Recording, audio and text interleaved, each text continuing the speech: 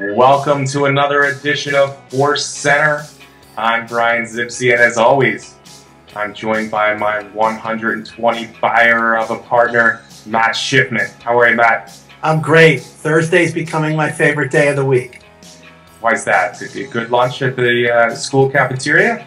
No, because we're doing HorseCenter. HorseCenter. And of course, in Louisville, we have our very, very, very talented producer, Ember Marr. Hi, Ember. Hi, guys. Hi, Ember.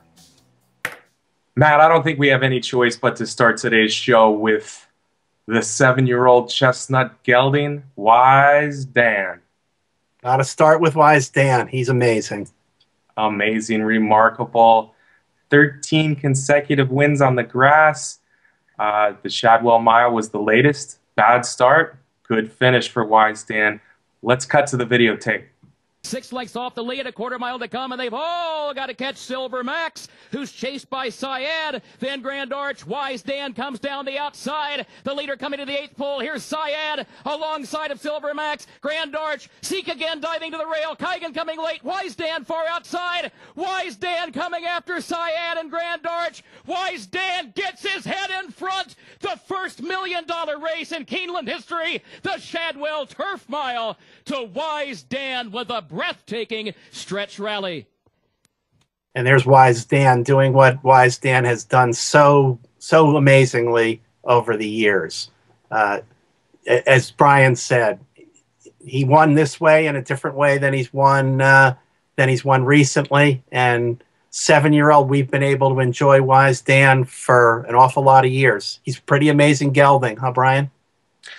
Yeah, Matt, he ranks among. I've seen some few good geldings in my day. I've seen Forgo, I've seen John Henry, I've seen lately the Californians, Best Pal and Lava Man and Game On Dude. Wise Dan just continues to amaze. The way he did it on Saturday. Of course, I was at Keeneland and the whole crowd. Ember was there with me. The whole crowd just went bonkers when Wise Dan started rolling down the lane.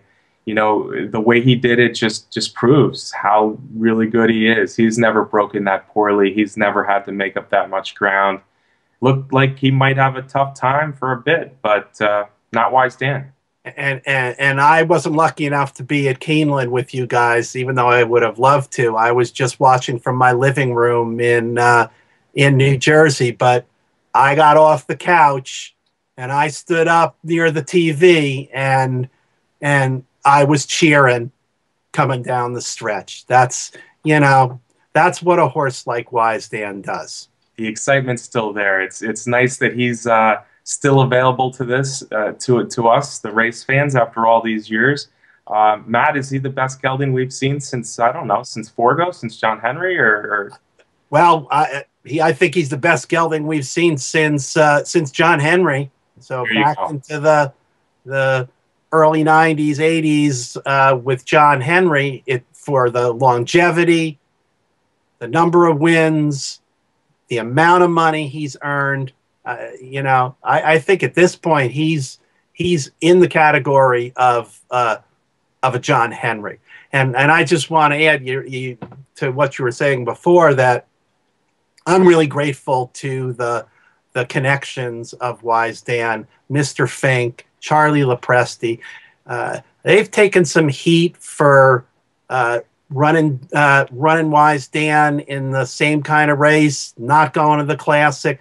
But you know what? I thank them. It's their prudent decision making, I think, that has allowed us to enjoy Wise Dan all these years and to see the quality from him time in and time out. I think you take him out of his comfort zone and he runs in the Classic, and I don't know, maybe that's the race where he comes out bad and we don't get to see him again. So I say thank you to Mr. Fink and obviously to Lopresti for his training. Call it conservative if you must, Matt, but I can understand your emotions. I would have liked to have seen Wise Dan here or there, and I think honestly, Charlie Lopresti probably would have tried Wise Dan in a few places. Maybe we'll still get to see him on dirt one more time. That's still a possibility. But yeah, Morton Fink has certainly played it close to the vest, and for the health, the longevity, and the well-being of Wise Dan, yeah, I can see your point. We're all maybe the the better for having Wise Dan around just a little bit longer because of it. As good as Wise Dan was this past Saturday at Keeneland, the next morning over in Paris, there was a little race called the Arc. Did you go to Paris too and not bring me? I was not there. No, you're rubbing it in. You know how badly I want to be there. No, the Arc is something that had to watch on the screen. But what we saw there was pretty special too. Trev, last year's winner, had not won a race in a few tries this year. She was 0 for 3 going into the Arc, and frankly, she just huge field, 20 horses, most of them male. Trev just shot through on the inside and said sayonara, and the race was over. Trev is now a 2-time Arc winner, and you know, she goes down in history as one of the best.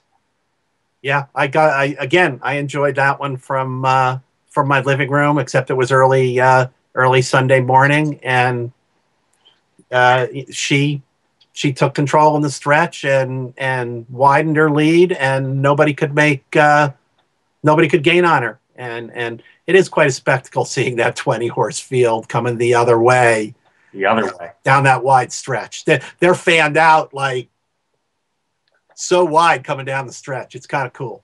Not uncommon in Europe, but the 20 horses, and that is the biggest turf race in the world. And Trev's done it again. You know, there were a lot of doubters after she lost a few this year, but she proved the best.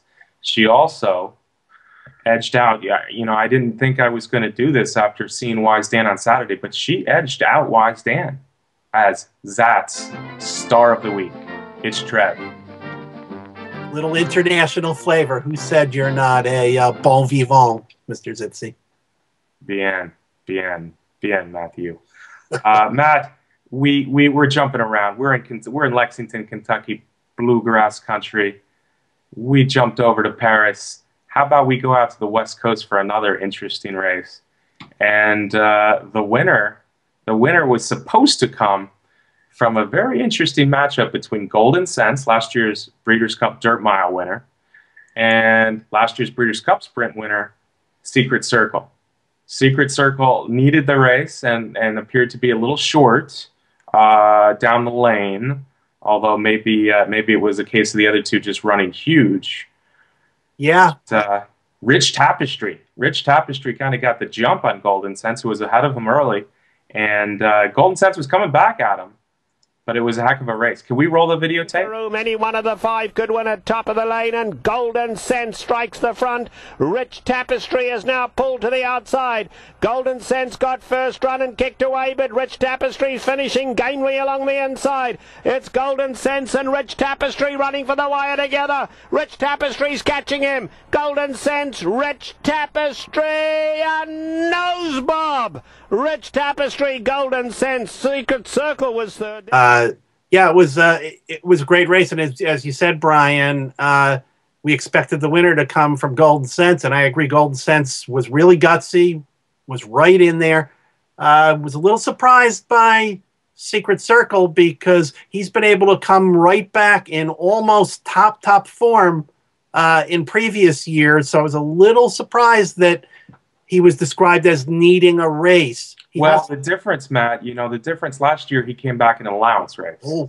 This year he came back against maybe 2 of the best sprinters we're going to see this year. Yep, so, that's true. So I still have a little more question mark about Secret Circle. Last year he was a free space in the multi-wagers. Basically, it's Breeders' Cup last year. It's not going to be that way this year. And Rich Tapestry, aside from beating that field, the final time was a 107.59, I think. Yeah, they ran fast. Rich Tapestry had a lot of good races if you looked at his form, both over in Dubai and Europe, so or Hong Kong, excuse me. No big surprise that he ran well. But you know, if you're Golden Sense's people, I think you got to be pretty happy. Another jump or two past the wire, he looked like the winner, and that should set him up well for the mile. Golden Sense's people, Matt, we need to talk about Doug O'Neill. We need to talk about the medication violation that Doug O'Neill, not his first. He was penalized recently for a infraction in New York. It's a 45-dayer. No Breeders' Cup. There might be more coming from California still. Yeah, that remains to be seen. But he's out for 45 days. He can't train in the Breeders' Cup. Who's going to train his horses? Most notably, Golden Sense in the Breeders' Cup. Well, I think the word has come out that his assistant, Leandro Mauro, is going to be the trainer. And, you know, that's what the rules are allowing. That's what they it is all above board in California. I don't know. Does that mean well, let's talk about that, Matt. Yeah. Should this be the rules? Is that fair? Is that Doug O'Neill seems like a nice enough guy, but he's a cheater. Doug O'Neill seems like a nice guy, and he amazingly, you know, in that period of time with I'll Have Another, when I'll Have Another was going good, all of that history of O'Neill just died, went off into the wayside, into the background, and it was the Doug O'Neill show. Missed the greatest interview, you know, great interview in racing, terrific in the spotlight. And then I'll Have Another didn't make it to the Belmont. And then the questions started to come back, and now here we are again. Here we are again, Matt, and I'm personally, I don't know about you, but I'm troubled with the fact that Mauro can train these horses. I think there's a responsibility with the owners to not use a trainer that cheats. I don't know how else to say it, that cheats. Yeah. And the fact that basically not much is going to change other than the assistant is the one tightening the girth. Yeah. And I agree. I'm glad you brought up the owners with allowing the horses to get transferred to an assistant. It just makes it too easy on the owners. Exactly. There's no pressure on them to make a decision, to have to do something. It's too easy. It's too easy to cheat. Let's say that. All right. Enough on Doug O'Neill. Enough on the drug violations. Let's get back to some more fun stuff, Matt. I agree. I'm going to ask you a question. There were some good 2-year-olds running this past weekend. Some big performances. Obviously, Daredevil's Fast Champagne on a wet track at Belmont. Carpe Diem, the $1.6 million colt, was fantastic at Keeneland, making only a second start, first on the stretch out, and winning the Breeders' Futurity. And I thought maybe lost in the juvenile hoopla was Blofeld's performance. Blofeld's performance in the Futurity. It was only a sprint, but I thought that was a really gutsy performance. That he's a nice horse. What do those 3 horses have in common? Yeah, just when we thought it was safe to go back in the water. Donna. Here we are.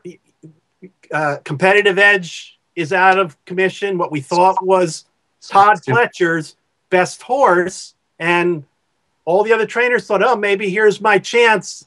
Todd isn't going to dominate the juveniles, and bang, bang, bang. Bang, bang, bang. The Todd squad. 1, 2, 3.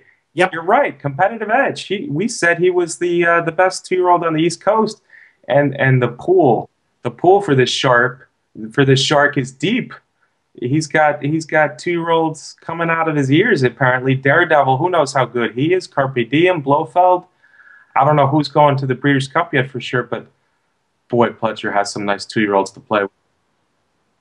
Absolutely. And like you said, we'll have to see a little bit with Daredevil. That was a huge 107 buyer speed figure. And I think that happened to some degree because the Champagne ran almost 4 seconds faster than the Frisette. So I think that might have caused such a big buyer speed figure. But again, both of his races have been on the slop. So we gotta wait and see a little bit when that horse gets on a dry track. And, everybody was wowed by Carpe Diem, not as big a number, but that may also be due to it's a new surface at Keeneland. There's not full data on this new surface to really come up with what I would call a really consistent buyer number. But he was impressive. He's got the pedigree, and I think he should go up to the top of the Kentucky Derby list already. count me in as impressed with Carpe Diem. I saw him there at Keeneland the same day as Wise Dan, and very impressive. He looks like a really interesting colt, and obviously with that price tag, you know he's bred well. He's a good-looking horse. Speaking of good-looking horses, there's an older mare that I was talking up last week who laid an egg. Why don't we throw the video of the spinster on as we talk about this disappointing and uncharacteristic effort by Close Hatches in the spinster, Matt? Yeah, I've been around Bill Mott a whole bunch of times after races, whether he's been in the winner's circle or whether his horses haven't run well.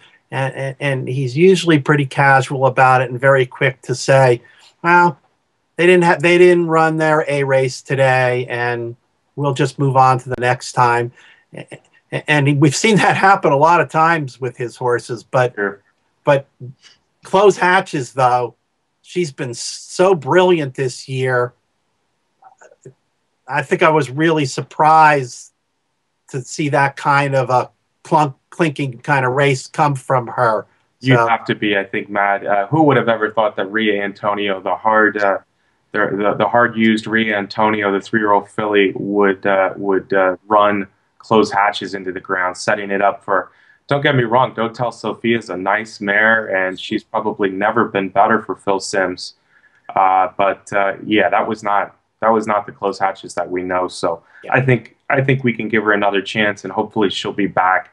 Royal Delta did it for Bill Mott. Royal Delta threw in a race or two, maybe not quite this much of an egg, but she did it a few times and she bounced back. So hopefully we'll see the best Close Hatches when the Breeders' Cup Distaff with Untappable and with Beholder comes calling. Yeah, I sure hope so. Go ahead, Matt. No, I sure hope so. Because that race is going to lose a little bit of its luster if we don't have the good Close Hatches. Speaking of luster, and I think Ember needs to cue some Barry White, some sexy music here. Matt, this is the time of the show where we always do Matt's Stud of the Week. Who do you have for us this week, Matt? Stud of the Week is a little bit less of a high-profile name. No Tappets? No Tappets, no Candy Rides, no War Fronts. How about Wiseman's Ferry, Brian Zipse? Wiseman's Ferry, the Lone Star Derby winner? Excuse me? The Lone Star Derby winner. Lone Star Derby winner, West Virginia Derby winner. 2 big Grade 3 wins. Wiseman's Ferry. Well, what did he do as a sire this week, Matt? Fill us in. I think he is the sire of our friend Wise Dan. Wiseman's Ferry, who, as we've just said, won almost $1 million on the track. Those 2 big derbies, those 2 Grade 3s, was a hard-knocking horse, kind of like Wise Dan. Wiseman's Ferry has sired over $17 million of winnings from his progeny. He stands in Pennsylvania for a mere $5,000 and is known for producing horses that win a lot of races. Maybe not, obviously not like Wise Dan, but they win a lot of races. He's also sired a couple of Canadian champions. So for $5,000, bring your horse to Wiseman's Ferry. Stud of the Week. Matt's Stud of the Week, Wiseman's Ferry. I can't think of too many Wiseman's Ferries offhand, but when you have Wise Dan, that goes a long way. Hey, Matt, how about we jump right into our top 10? Top 10? I love the top 10s. I think people enjoyed our top 10 last week. What are we counting down? You're talking about Wilbur in where did I get that? In Ottumwa, Iowa. Wilbur said, "Oh, I love the top 10." Thanks, Wilbur. Thank you, Wilbur. We're doing the Breeders' Cup Classic, Matt. We're talking about the 10 best additions, performances, whatever you want to call it, of the Breeders' Cup Classic. And we went through this list, Matt, and we could not, I hate doing this, I hate having ties, but we had 11. So if our viewers out there will allow, we're going to do tied for 10. Who do we have tied for 10th, Matt? Tied for 10. Biggest upset in Breeders' Cup history, maybe the biggest upset in any major race at 133-1 was Arcang, ridden by Jerry Bailey, who got the mount at the last minute. And Jerry Bailey rode the horse as if he's been riding that horse his entire career. He rode that horse with such confidence, gave the horse a perfect trip, and as Tom Durkin described it, an absolute shocker. No slop, no photo finishes. Arcang won that easily. 133-1. How about the other 10th place Breeders' Cup? Ghost Zapper. The Zapper. Ghost Zapper may be the a lot of people will tell you, a lot of people, that very smart people, smarter people than me, will tell you that in the 21st century, Ghost Zapper was the most talented thoroughbred horse to run in America. And if you just look at the 2004 Breeders' Cup Classic, Matt, hard to argue their thinking. Ghost Zapper blew the doors off the field. Bobby Frankel, the late great Bobby Frankel, saddled him up and said take him right to the lead. Roses in May didn't pressure him. He didn't want to go that fast early. Ghost Zapper just blitzed the field, and it's the fastest Breeders' Cup Classic we've ever seen, Matt. It was one of the great performances. That was deep down in the heart of Texas, Lone Star Park. But the next one is where we're going in a few weeks. It was the Santa Anita Breeders' Cup Classic of 2013. You remember what happened there, Matt? Oh, that was an exciting finish. Just last year, Mucho Macho Man, a horse that was popular for me and popular for a whole lot of people, came close the year before, but this year he had the wherewithal and the guts to hold off a feisty European declaration of war, and a hard-charging 3-year-old in his absolute prime will take charge. And for that reason, Mucho Macho Man's win last year is number 9 on our list. Number 9. Number 8. It's a little harder to talk about number 8 right now, Brian. So if my voice gets a little shaky out there, everybody, you'll understand. Number 8 is Cigar. Cigar's win at Belmont Park was the 12th win in a row for Cigar in his amazing 16 wins in a row. It wasn't the toughest field in the world in the Breeders' Cup Classic, but it was Cigar.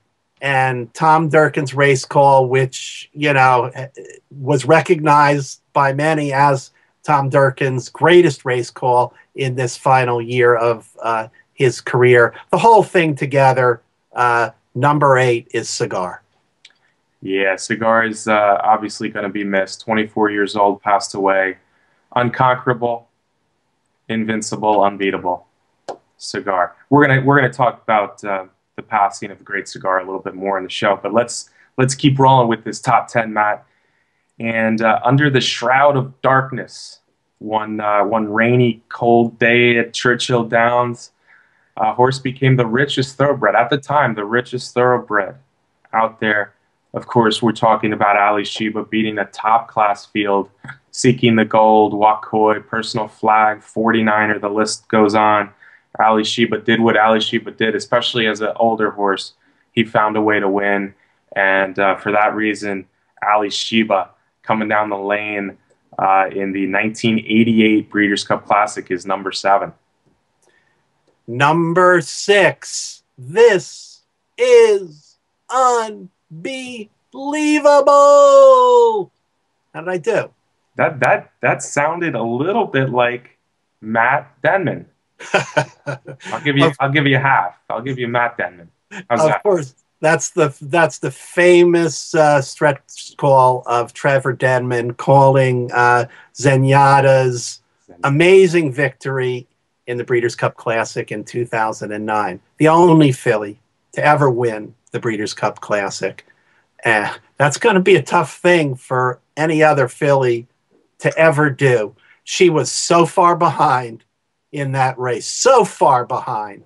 And Mike Smith saved ground with her, swung her wide, and she made that move and gobbled up ground.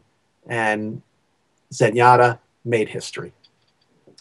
Yeah, she was something special, Matt. That was, of course, one of the few synthetic Breeders' Cup Classics, but Zenyatta was one of the great, not only one of the greatest female horses of all time, but one of the greatest American horses that we've ever had the pleasure of watching. Number five, the winner of the number 5 on our list is not one of the greatest horses we've ever had the pleasure of watching, but I was there one day when he routed a Meadowlands Cup field in fast time. But when he came to the Breeders' Cup, the inaugural Breeders' Cup, 1984 Breeders' Cup Classic, off a losing performance in a turf allowance race, Wild again was 31-1, 1984. And no wonder, because he had a dominant older horse in there named Slew of Gold coming from the East Coast. Gate Dancer had taken the mantle as certainly the best 3-year-old in the country by then. And the three of them just ding-donged it, battled, bumped, and did everything they could to get to the wire first. Gate Dancer on the outside in his earmuffs. Yep. Slew of Gold, the heavy favorite, in the middle with Angel Cordero trying to find room. And Wild again, who led into the stretch, was soon joined. It looked like he was a toast in the water there. It looked like he was about to be sunk by the two favorites. But Pat Day, as he often did, had something left for the stretch, and that stretch run is as good as it gets. Wild again winning the 1984 Classic is our number 5, Matt. Number 4, Tis Now. Tis Now. Tis Now winning his 2nd Breeders' Cup Classic in a row. This was the 2001 edition, that tough 2001 year in New York. They were running at Belmont Park, and Tis Now wearing those pink silks was easy to spot coming around the track in his stalking position, and taking his 2nd victory. And again, to use my favorite Tom Durkin, Tom Durkin's call, Tis Now wins it for America. So, and that was only a couple months after the World Trade Center. Yeah, not a little less than that even, I think, Matt. We needed something good. New York needed something good, and Tis Now provided it for us. Winning one for America, indeed. Number 3 might surprise a few people, but boy, this one just, as far as atmospheres at the racetrack go, this was as electric as right up there with anything I've ever been in attendance for. We're talking about the 2010 Breeders' Cup Classic. I think a lot of people wanted Zenyatta to make it 2 in a row off the 2009 victory that you were talking about. But I think a vastly underrated horse, a really, really nice horse named Blame, beat her to the wire that day. It was something. Zenyatta was farther back than she had ever been in her life. She came like a house of fire down the Churchill Downs stretch. Again, it was darkness. The lights were on, and the crowd was just, I use the word electric. They were just on the edge of their seats wanting to see Zenyatta win, most of them. But Blame had something a little bit left in the stretch, and for a second it looked like Zenyatta might get him. Blame re-accelerated when he saw her coming, and what a finish down to the wire. Blame beating Zenyatta. Tremendous, tremendous courage by Blame. And let's face it, if you hand a horse like Zenyatta their only career victory, that's got to say a lot for a horse like Blame. That's got to say a lot for Blame, and it does. Who's number 2, Matt? We're getting down to the nitty-gritty of the greatest Breeders' Cup Classics ever run. We are. Number 2 is Ferdinand. Ferdinand in the 1987 Derby, which is famous for the battle between two Kentucky Derby winners. We have videotape of this one. And Ferdinand to pick him up now on the outside third. Good Command is putting in his run toward the rail. Skywalker is still in it. He's only 3 lengths off the lead. And Ali Sheba continues to pick him up on the outside with a dramatic run toward the leaders. They are at the quarter pole here at Hollywood Park. And it is Judge Angelucci on the outside. Kenny's going toward the rail. Ferdinand and Ali Sheba coming on from the outside. Good Command is in behind horses. They're less than a furlong out. Judge Angelucci desperate. Ferdinand right there. Ali Sheba on the outside. Ferdinand, Judge Angelucci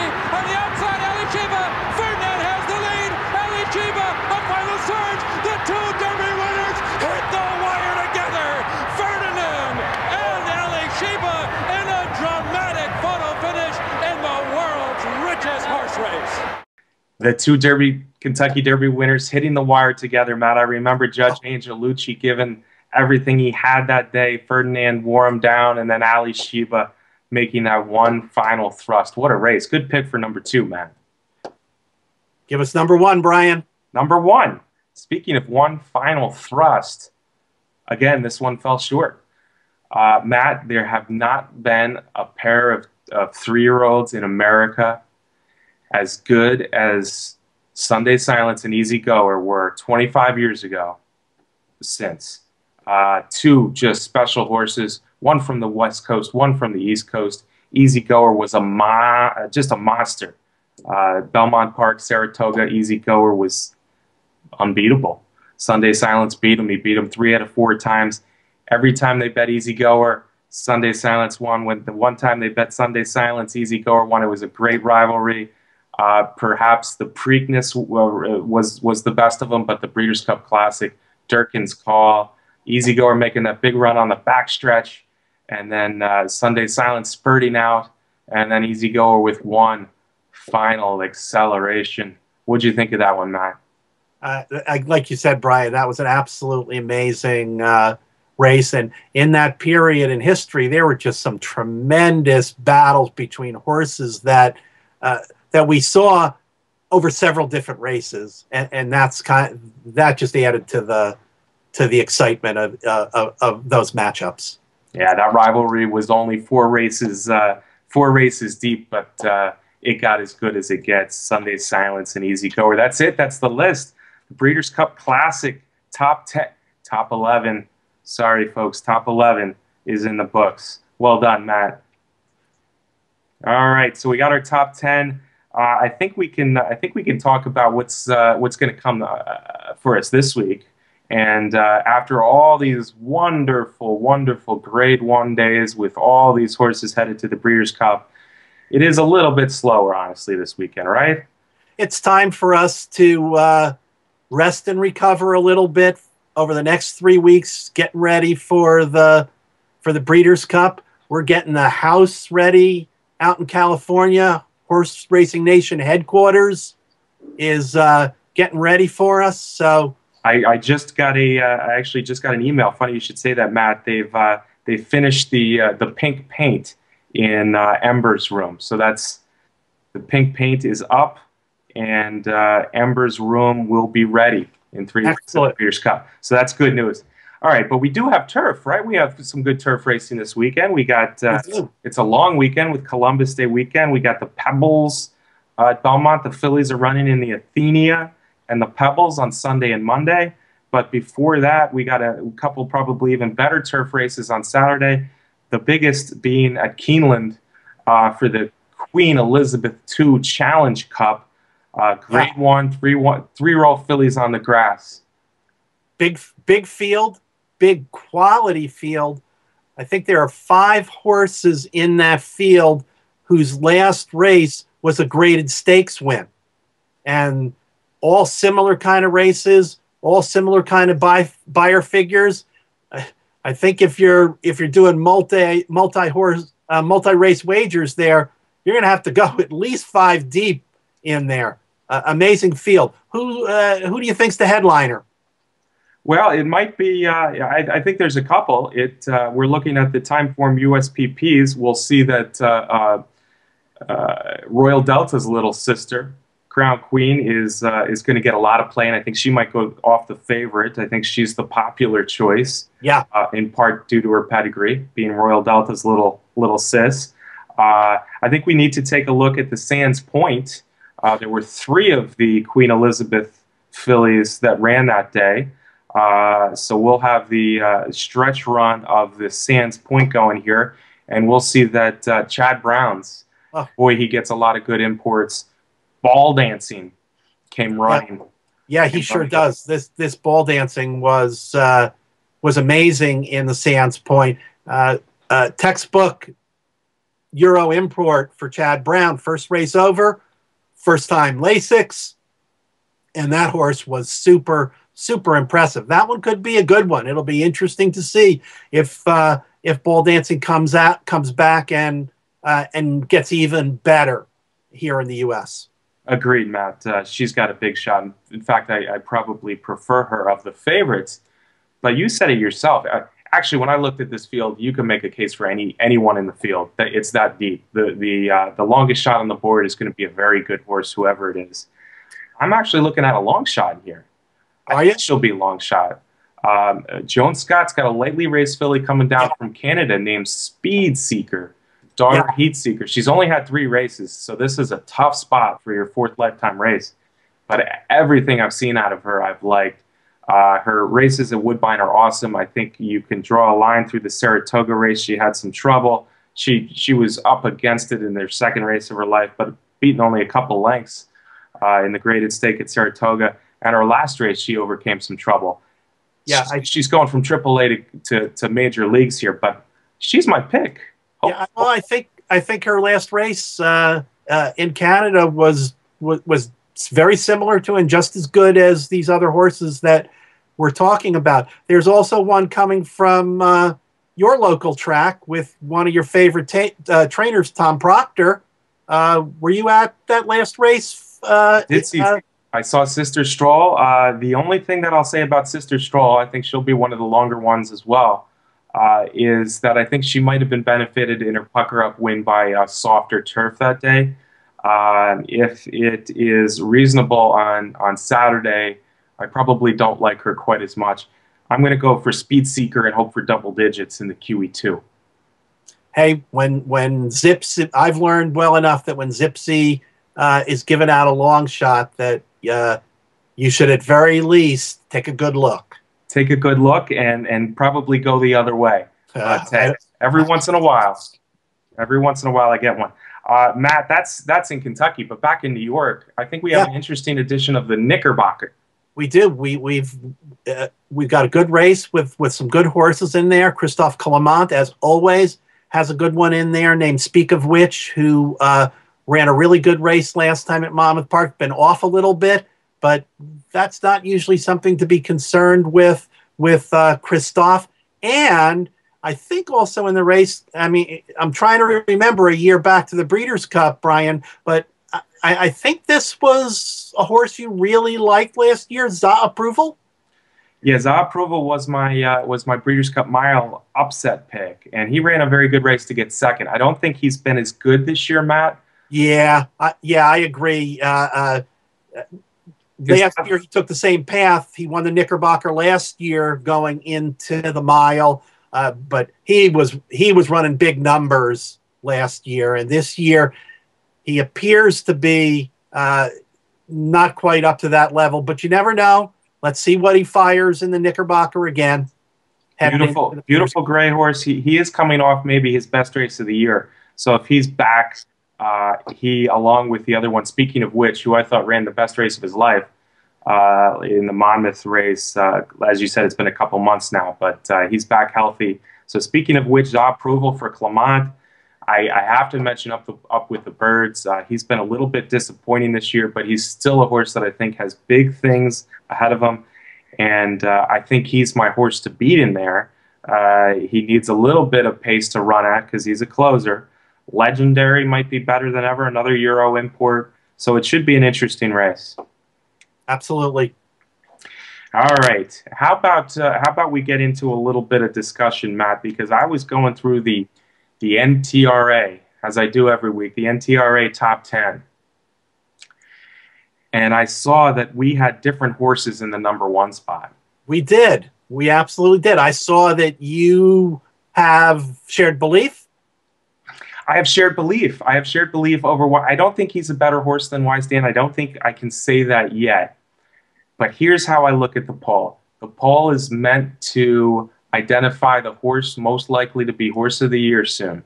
And the poll is meant to talk about what's happened this year rather than what's happened in years past. So for that reason and that reason only, I went with Shared Belief, who is, I still would say, is the horse to beat in the Breeders' Cup Classic. If he wins that race, I think he's got the unbeaten champion, will be again, and will be Horse of the Year again. But it's hard to leave Wise Dan off of #1.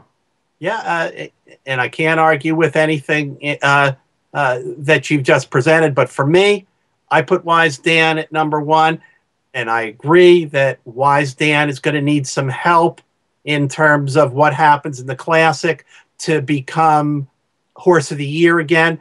But I look at it like this, Brian. Out of all these horses we're talking about that are contenders, whether it's Wise Dan, Shared Belief, California Chrome, Bayern, whoever you're talking about, I think Wise Dan is the most likely winner of his race on Breeders' Cup Day.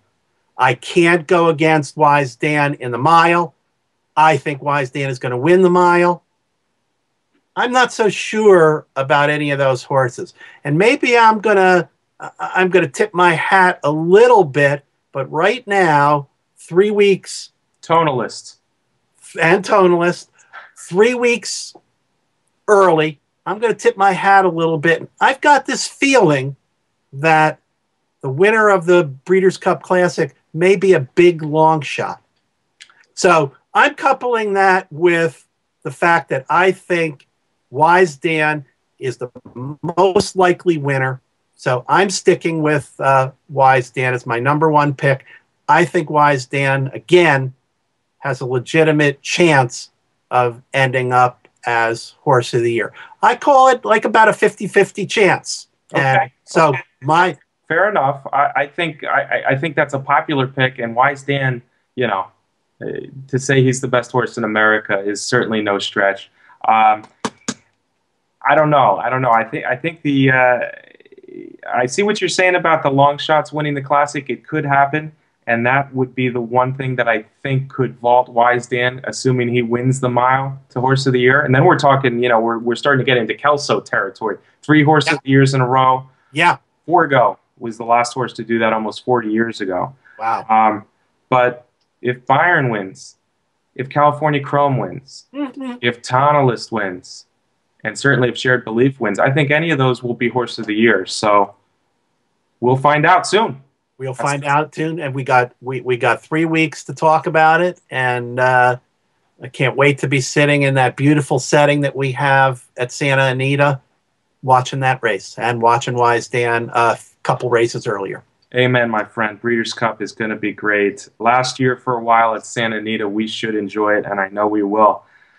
Speaking of getting out of town and going to see the races, I want to just say this before we sign off for the day. I'm kind of known for my road trips, and people always ask me, "Why are you doing that? Why are you going? You're jumping in the car 2 minutes after Wise Dan crosses the wire in the Shadwell mile, the Shadwell Turf Mile, to drive to Indiana to see the Indiana Oaks and the Indiana Derby.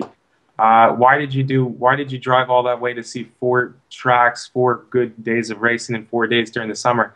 I just think the road trip, the racetrack, and the road trip are the perfect combination, Matt. I recommend it. It makes for memorable times. It's things you always remember. Not that Wise Dan is something that I wouldn't have remembered anyway, but getting in the car and getting to as many great racing venues as possible is something that I've always done, and God willing, I'll be doing for a long time. So my parting shot this week is racetrack road trip. Don't knock it until you try it. It's a lot of fun. What do you got for us, Matt? My parting shot is saying goodbye to Cigar.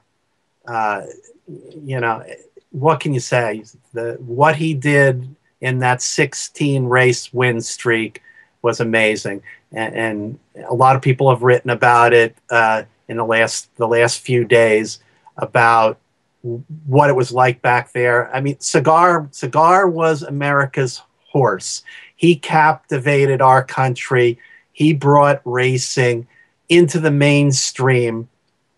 I don't know. We haven't had a horse like that probably since Cigar. We've had some, you know, that Zenyatta, yeah, absolutely Zenyatta. For me, Rachel Alexandra. Yeah, but Cigar was amazing. They brought Cigar to Madison Square Garden to say goodbye. It was a crazy thing, but it was all part of the cigar mania. And for me, Cigar was one of my favorites. I'm not saying if I made my top 10 of the top 10 greatest racehorses in history that Cigar would be in my top 2. But in my top 2 favorite horses, the ones that I like to think about, Cigar's my number 2.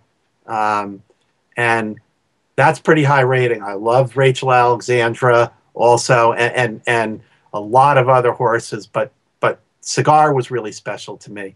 24 years old. You know, I thought it was interesting when you and I were talking on Tuesday, making this top 10. I'm glad we included Cigar, because probably when we were talking, Cigar was in his last battle there. So he was a terrific horse, and 24 years, good life, great horse. Thank you, Cigar, for everything that you did for racing. Well said, Matt. And not to risk alienating more viewers than I probably have already done in the last few weeks, I never rooted for Cigar. You know, it's one of those things where I was a big Holy Bull fan up until the point where they met in the Don. Yeah. And Holy Bull was hurt, of course, in the Don, so they never had a chance to truly test each other. And then I was a Skip Away fan a little bit later, the next year, and so on. So between rooting for Holy Bull and between rooting for Skip Away, Cigar wasn't the horse that I was rooting for. However, I recognize greatness, and sometimes it takes a year or 2 or more to kind of recognize just how special these horses are, especially when that's not the horse for whatever reason that you're rooting for. And I recognize it with Cigar. Cigar was, the last 25 years, Cigar is right up there as the best horse that we've seen. And I'm glad that we had the opportunity today to kind of celebrate his life rather than mourn his death. Cigar was 1 in a million. That's all I got, Matt. How about you? Is this it? I think this is it. That's it for this week. Follow us on Twitter. Follow Horse Racing Nation, HR_Nation. Follow Derby Wars as well on Twitter.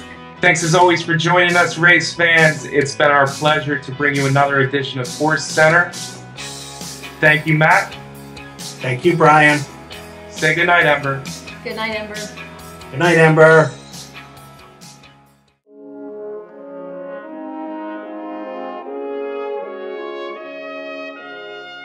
Valley's followed by Halling. A break of 3 to Jed Force, followed by Tinner's Way. Concern is still last. 3 furlongs to go. Cigar! Cigar makes his move, and he sweeps to the lead with a dramatic rush with 3 furlongs to go. And Jerry Bailey turns him loose, and he guides him down to the rail as the field turns for home.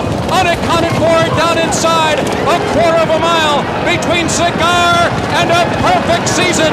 Coming down to the last furlong with a 2.5 length lead, and Jerry Bailey calls on Cigar for